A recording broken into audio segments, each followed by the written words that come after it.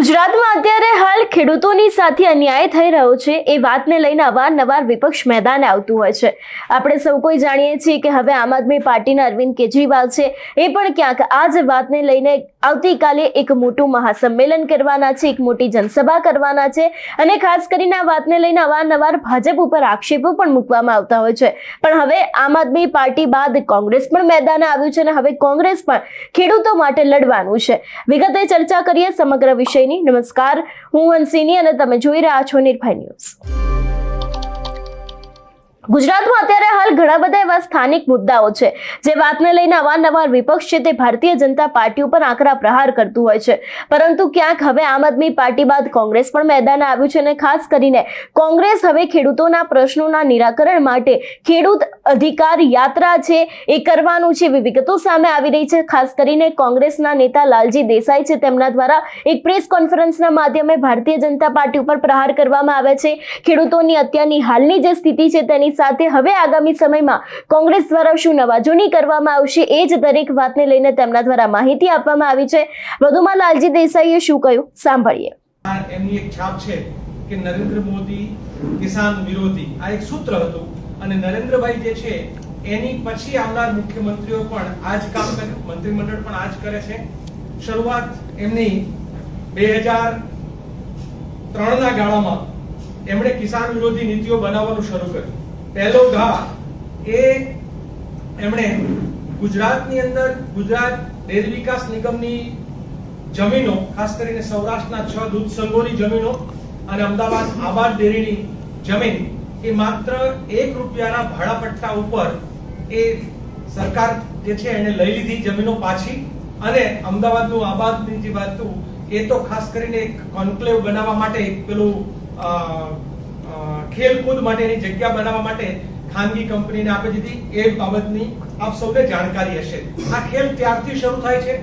ધીમે ધીમે ગુજરાતના લોકોની જમીનો જે છે એ કેમ લૂંટી શકાય એ માટેની એક પછી એક નીતિઓ ગુજરાત સરકાર બનાવે છે।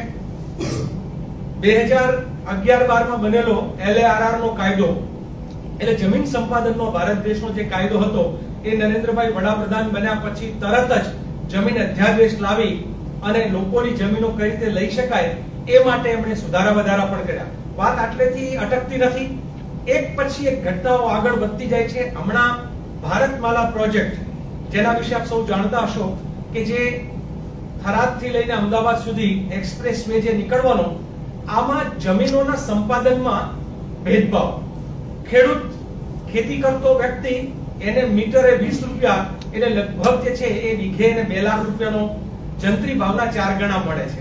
જ્યારે એ જ જમીનો આજ સરકારના નેતાઓના દીકરાઓ અને દલાલો એડવાન્સમાં ખબર હોય એટલે એને કરાવીને એ જ જગ્યા ઉપર 4500 ના ભાવ લેખે સ્ક્વેર મીટર જમીન, એટલે એ જ જમીન બાજુના બે સેડા પાડોશી એકને ₹20 લેખે મીટર મળે છે અને એક જે છે એને 4500 સુધીનો એવોર્ડ મળે છે। એટલે એક તરફ વીઘે ₹2 લાખ ચૂકવાય, બીજી બાજુ વીઘે ₹80 લાખ સુધીની રકમ જે છે આના એવોર્ડ થયેલા છે। હું આ પુરાવા સાથે ખૂબ બધા ડોક્યુમેન્ટ સાથે તમારી વચ્ચે આવ્યો છું।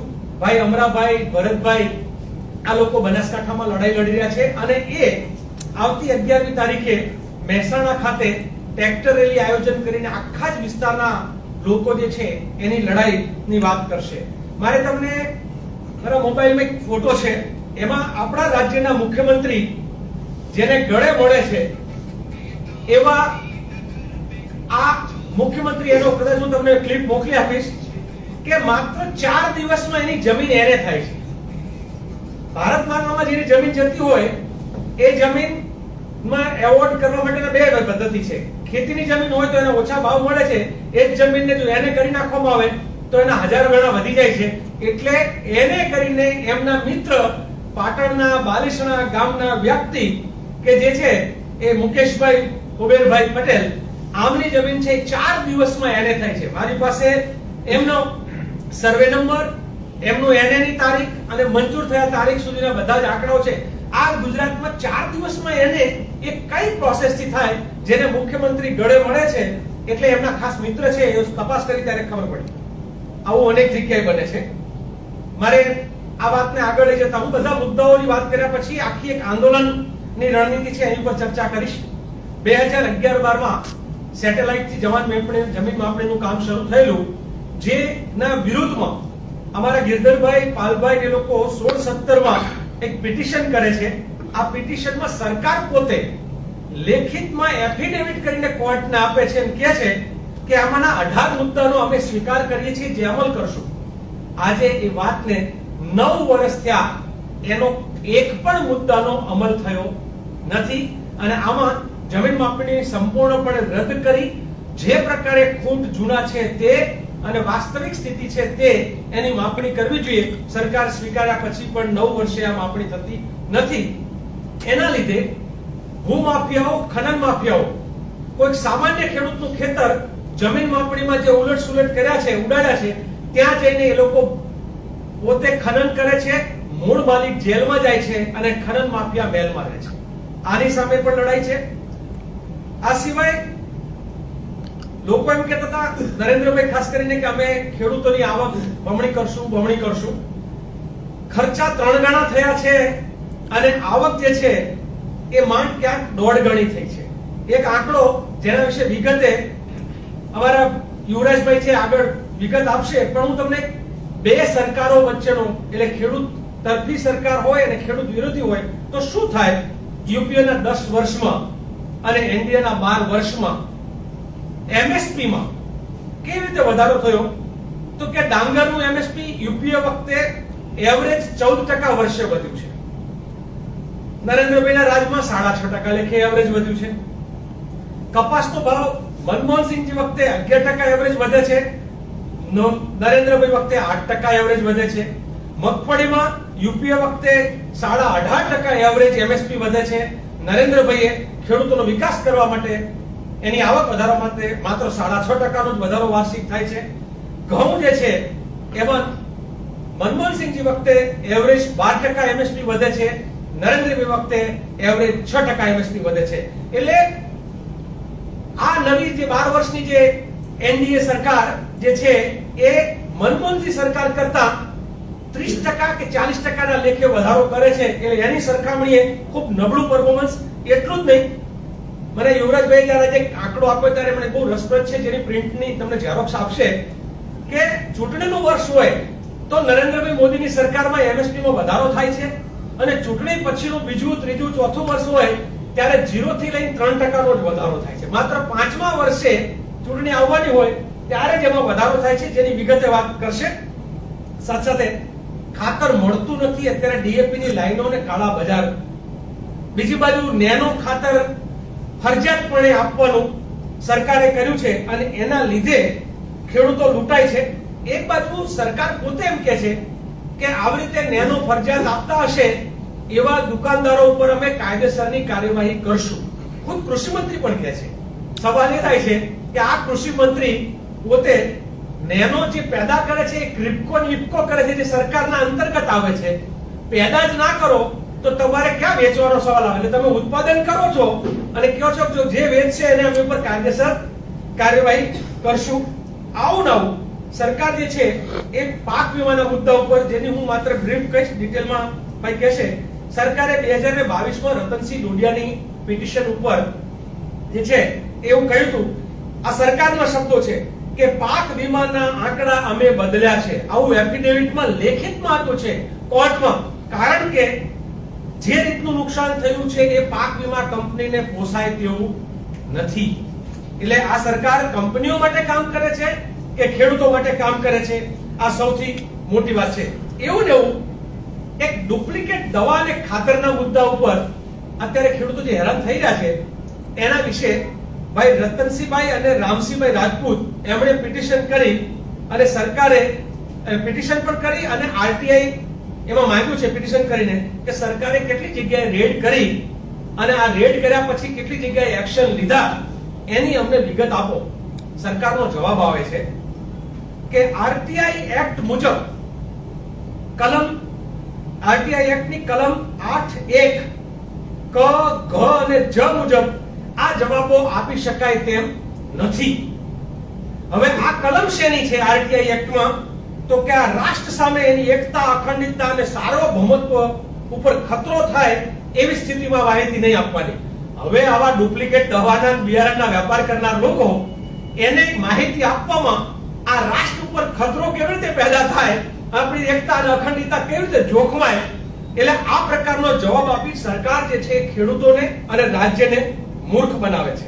આવું નવું એક બીજું ઘટના કે 2G cotton, BT cotton 2G છે એ પછી આગળના સ્ટેપની કોઈ પણ જેનેટિકલી મોડિફાઈડ બિયારણો નહીં પેદા કરવા એવી મનમોહનસિંહ સરકાર વખતે સરકાર અને કોર્ટે પ્રતિબંધ મૂક્યો છે કે આવા પ્રકારના બિયારણો હવે 2G થી ઉપરના વાળા નહીં આવવા દેવાના, કારણ કે હાનિકારક છે. હમણાં રાજકોટમાં એક કૃષિ મેળો થાય છે, કૃષિ મંત્રી ત્યાં હાજર છે અને કૃષિ મંત્રીની હાજરીમાં પાછળના ભાગમાં 4G અને 5G બીટી કોટનના હોર્ડિંગ્સ લાગેલા છે અને સરકાર એમ કે છે કે આવા કામ કરનારના ઉપર અમે કડક હાથે કામ લેશું. સવાલ એ છે કે સરકારે કડક હાથે કામ લેવું હોય તો YouTube ચેનલમાં સર્ચ કરો કે 4G અને 5G ના બિયારણો કોઈ કઈ કંપનીઓ વેચે છે, તમે હું શોધી શકીએ છીએ તો આ સરકાર કેમ ના શોધી શકે? આ એક મોટો સવાલ છે. આ રીતે મિત્રો, ગુજરાતના મંત્રી ગેરકાયદેસર ખેડૂત બન્યા છે, જેની કોર્ટે ધરપકડ કરવાનો આદેશ આપ્યો છે, રમણભાઈ વોરા, આપ જાણો છો.